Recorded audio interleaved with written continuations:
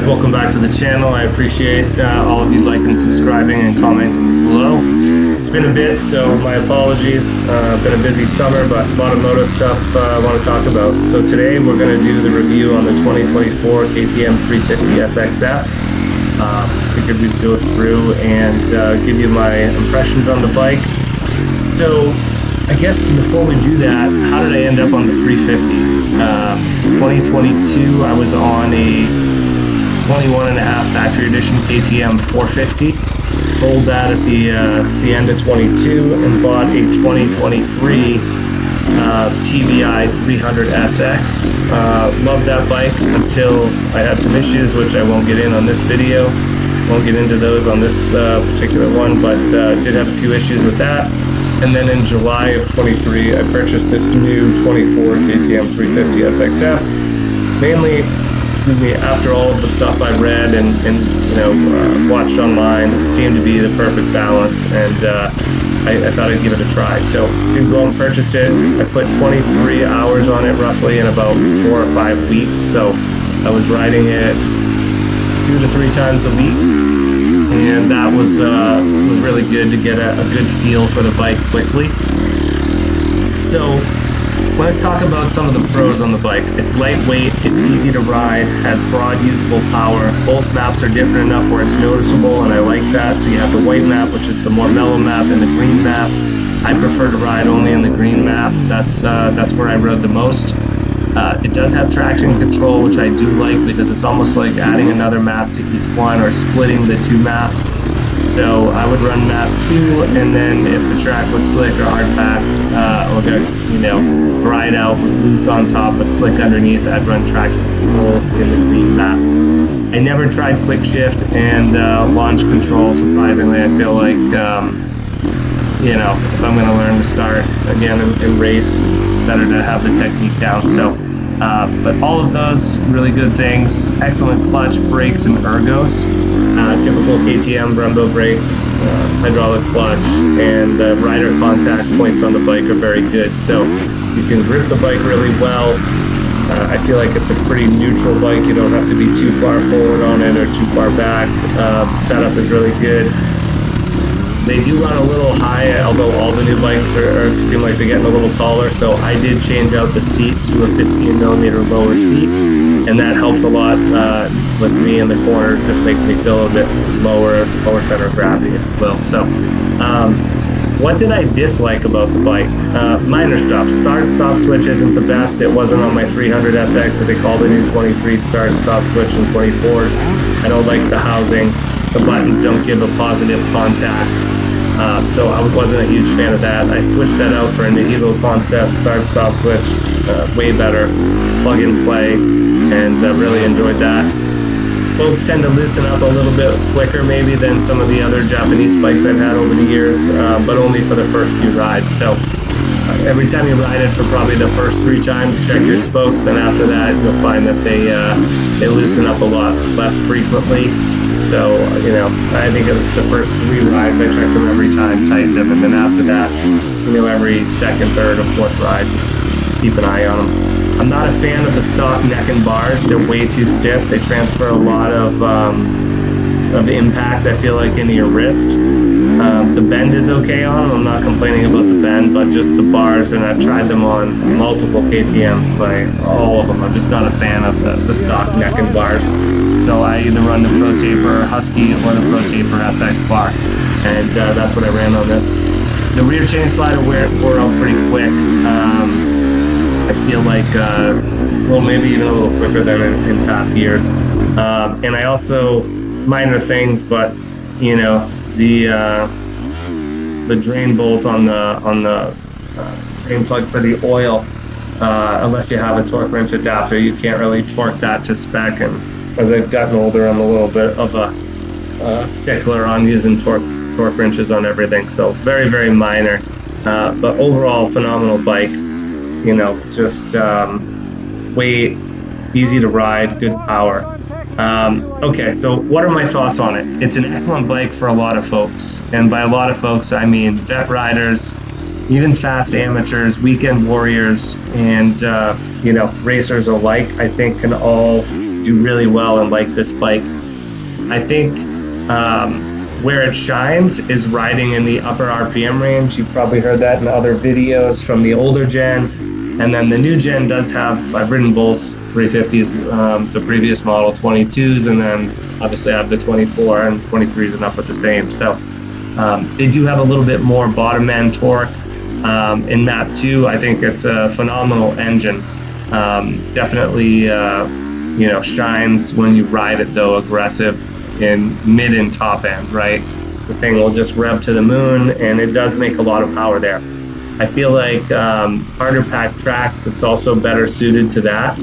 And, a couple of things that did stand out to me though, as I got more comfortable on it, and I was riding it really good. One thing I like is the fact that because it's slower, has a little less grunt than a 450, and doesn't rip your arms out of corners, you can ride it more aggressively, and if you can ride a slower bike faster, right? That's been my experience.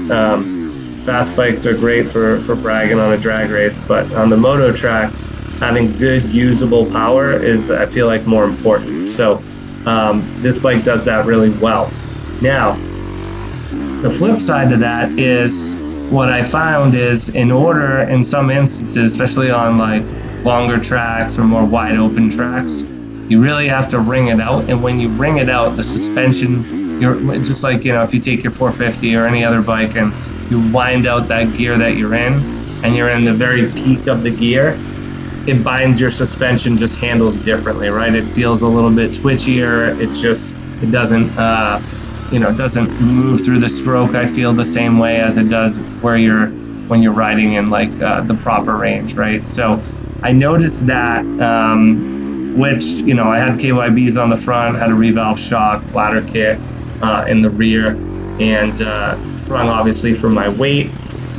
So, I don't know if I mentioned I'm 5'11", 202 pounds right now. I was 226 last year. A good weight for me is around 190, so still got 12, 15 pounds to go. But 350 will move you around fine. It has plenty of power. Where did I not, like the bike as much? And I will tell you, that is, East Coast, New England, we have a lot of loamy, tacky dirt.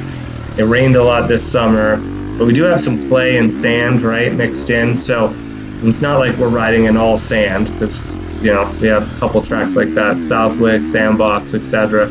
But a lot of our track is loamy, New England, East Coast dirt. And I feel that there are times where a 450 was better. And what really changed my mind on this was I rode a buddy's new 23.5 Rockstar Edition 450 he bought. I tried it, and it annoyed me a little because that 450 was so tamed down compared to my older 450, but it was so easy to ride, and it had just enough grunt, which is what I was looking for out of this 350. So after I rode the 350 while, I also bought a Vortex ECU from one of the well-known Southern California shops, and I was very disappointed with that. I'll do a separate review with that. Sent it back twice, and they maxed out what they could do with it, and the stock green map I felt was better than anything I had gotten back. So I was basically looking for a little bit more grunt, a little bit more power, and that 450 was so detuned that that's what made me say, you know what, I can go through the softer sections easier. I don't have to bind the chassis up as much. And I think if you listen to some of Kiefer's more recent reviews, he'll even say he's doing motor mods on the 350 to compare to the 450. He's just looking for a little bit more grunt, snap. And I feel like when you get into sand, or when you get into anything deep or muddy, just like if you're going through a wet section, the 450 just right through it, right? You can lighten that front wheel up so easy, versus a 250 or 350, you still gotta struggle through it a little bit, right? It doesn't have the torque, it doesn't have the grunt. So that was one thing. So would I choose this 350 over a 450? Yes and no. Yes, if I'm not in shape. Yes, if I'm only riding a few times a month or maybe once a week, I take a 350. If I only rode hard packed and I didn't have, a lot of sand, loam, or greasy, wet stuff, yeah, I'd probably take the 350. No, I would take a 450. I would take the 450, a modern 450 that can be detuned either with a map or an ECU. I would take the 450. No, if I'm riding, if I can ride a 20-minute moto at 80%, I'm on a 450. No, if I'm riding twice per week, and no, if I'm riding loamy dirt, deep sand, or riding in a lot of wet conditions. So I ended up buying a 450 and just recently sold the 350. So I've got a few more videos to upload on the 350, one on the ECU, some on the mods, and some other opinions. But overall, it's a phenomenal bike. I'm not saying don't get one. I just think you need to really evaluate what kind of rider you are, what kind of riding style you have, and how much you ride and what kind of shape you're in. For most people, you can't use the power. I can't use the power on a 450. So I've detuned my new 24 YZ 450, and I'm starting to love it now. So, riding that Rockstar 450 was an eye opener because I felt like it's got enough power, but it's not rip your arms out power. And the big knock on the 450s are always that they're heavier, they're harder to get the lean angle in the corner, and they tire you out faster. And that is still true, but I think that gap has closed quite a bit with the new 23, 24 model 450s, especially like the Kawi, the Yamaha, and even the Austrian bikes. So I think a detuned 450 for me is better than a juiced up 350. So anyways, I'll let you guys get back to the video. If you have any comments, if you're about to buy a bike, a 350, 450, please do comment below. I'd love to hear what your thoughts are, what you're thinking about, and if I can answer any questions, happy to. Thanks again.